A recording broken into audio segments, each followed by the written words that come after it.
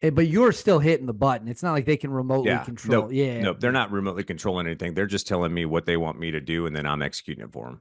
Got it. Got it. You also, and I can't wait to dig into this story. You saw an Apache smoke some Yeah. insurgents, correct?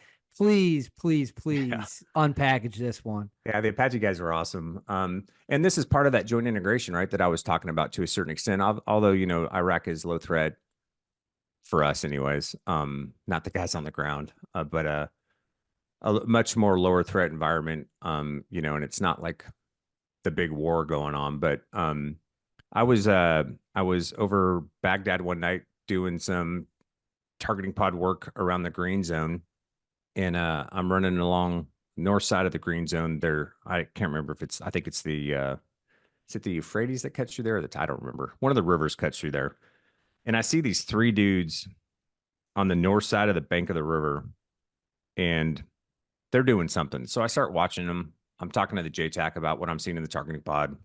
And then all of a sudden you see these like cylindrical tubes go up.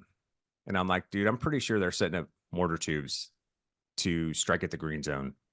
Um, and so the JTAC and I talk about it. I'm getting excited because I think, all right, man, I'm gonna get to slay these guys. No, because it's, again, the kinetic operations, they didn't want to drop big bombs, especially in, you know, Baghdad at that time.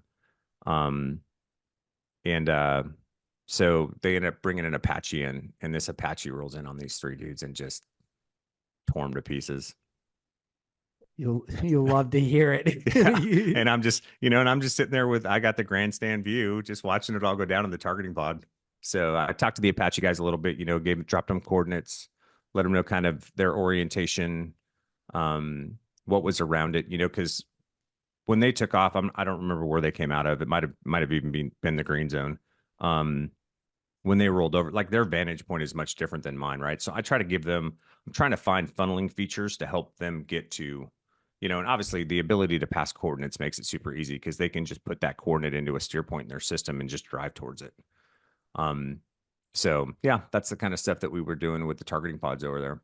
Do I assume, but I gotta ask, do fighter jet pilots and helicopter pilots have pretty much a great mutual respect for each other?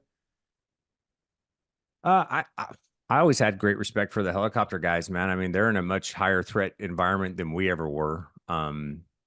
And the mission in some respects is similar. Obviously they're more tied to direct ground support than we are to a certain extent. That's what they do day in, day out. Like CAS is a close air support is a very small subset of what I did as an F-16 guy. There was a lot of other missions that I was trained in, and that are probably more valuable to like the long term peer competitor war we would ever go into than close air support. But yeah, I always had great respect for those guys. That's awesome. I've only interviewed a handful of helicopter guys. The unit, they were both from the same unit. What's the top level helicopter The unit? 160th, The 160th yeah, the SOAR. Night Yeah. Stalkers, yeah. One of them flew a Chinook, and the other one flew the little bird. Dude, you see some of those videos of those dudes with those Chinooks up against the side of mountains and stuff. That it's impressive what they do. It really is. Like it's crazy. I would never fly anything that has to beat air into submission to fly. It's It, just not my do you